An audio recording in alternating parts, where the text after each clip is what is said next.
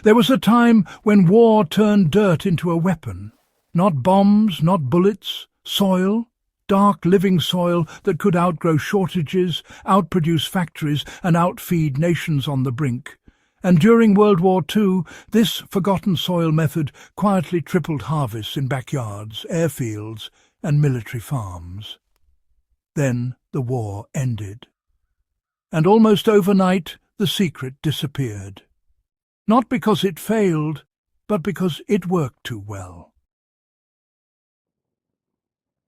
Welcome back to Hidden Histories of World War II. Today we're digging into a soil secret so powerful it reshaped wartime food production. And so inconvenient it was buried for nearly 80 years.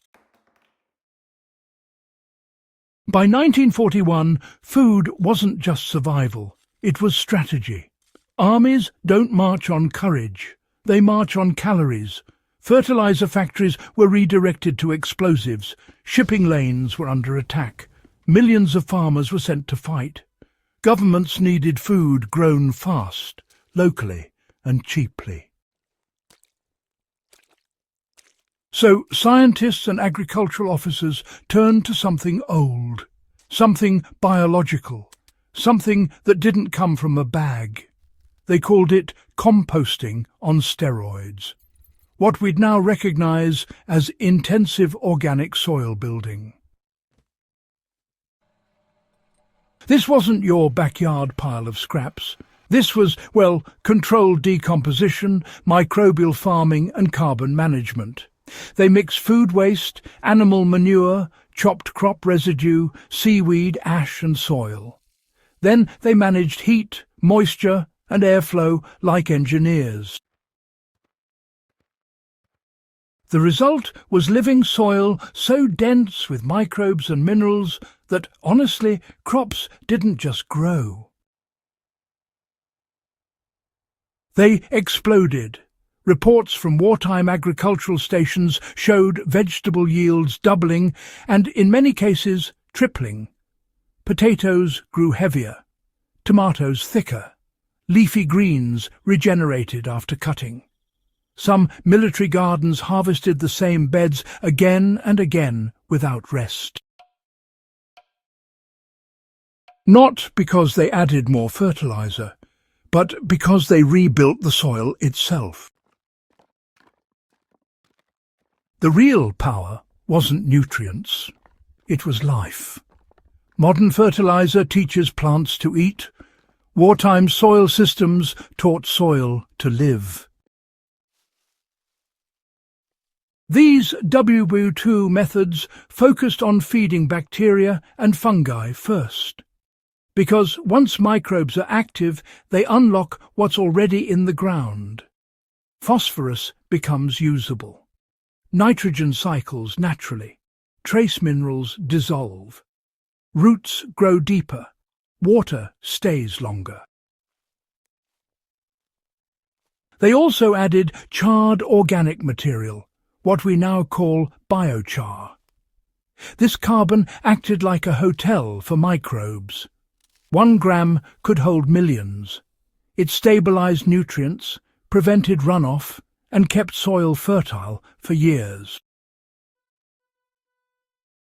In field trials during the war, soils treated this way didn't just grow bigger crops. They resisted disease.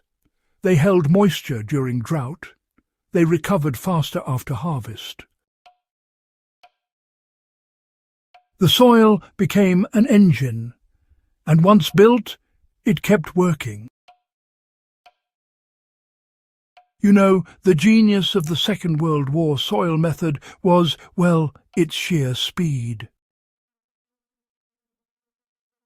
Traditional compost takes, months. But those wartime systems, they produced finished biologically active material in just a few weeks. They'd layer nitrogen-rich waste with dry carbon, and, you see, they'd chop everything small to increase the surface area. They kept those piles hot enough to kill pathogens, but alive enough, to protect the microbes.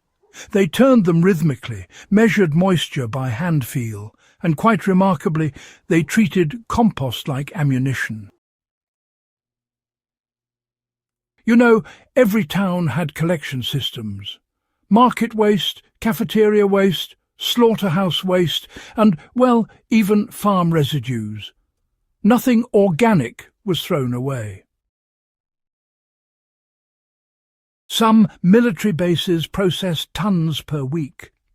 This material went straight into victory gardens, training fields, and food production zones. And when this soil hit depleted land, yields surged, not slowly, immediately. When the war ended, factories that once made explosives were converted into fertilizer plants. Ammonium nitrate became cheap, fast, scalable, profitable. Living soil wasn't, because living soil makes farmers independent. You don't need constant inputs. You don't buy new bags every season. You build once and maintain. And that's bad for business. So agriculture pivoted. University funding shifted. Chemical nutrients became the headline. Soil biology became a footnote. Wartime compost systems were labelled old-fashioned, labour-heavy, unscientific. Even though wartime data showed higher long-term yields, and better resilience, and lower disease rates, the narrative changed. Feed the plant, not the soil. And slowly, the WWII soil revolution was written out of the story. Here's the twist.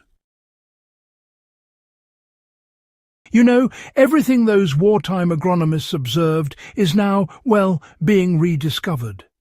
Modern soil studies confirm that microbial diversity increases nutrient uptake by over 30%, and biochar improves water retention and yield stability.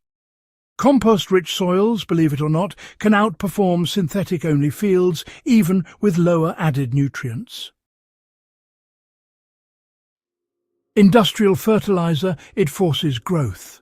But living soil, it builds systems.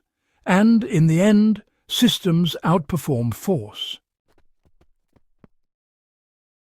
We now know that healthy soil acts like a battery. It stores fertility. It buffers stress.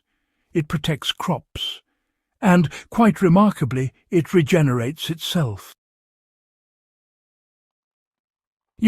That's exactly what World War II growers were doing out of necessity. The wartime method, it really boiled down to 3 principles. First, never feed plants directly. Always feed the soil. Second, waste is fertilizer if you manage it biologically. Third, carbon is as important as nutrients. They blended food waste, manure, leaves, straw, and ash. They added small amounts of char. They kept it moist like a wrung cloth. They turned it to breathe. They applied it thick, not sprinkled, built. And, they never left soil bare. Every bed was mulched, covered, protected. Microbes were never allowed to starve. That's why, yields stacked, because the soil never slept. The World War II soil secret didn't disappear because it failed. It disappeared because it removed dependency. It was decentralized, local, regenerative, And, that just didn't fit a post-war economy built on industrial throughput. So we inherited an agricultural system that, treats soil like a storage medium instead of a living infrastructure. But history tells a different story. When the world was on fire, the most powerful farming tool wasn't chemical, it was biological.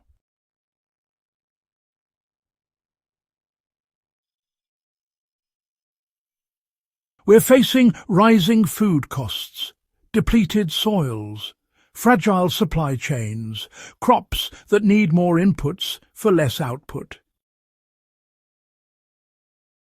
The solution isn't new, it's forgotten. The WWII soil builders didn't have luxury. They had pressure. And under that pressure, they uncovered something modern agriculture is still trying to fix. It comes from rebuilding it. So, the next time someone tells you history has nothing left to teach us, remember this. 80 years ago, in the middle of global war, ordinary people turned scraps into soil, soil into abundance, and abundance into survival. And that knowledge is still here, waiting.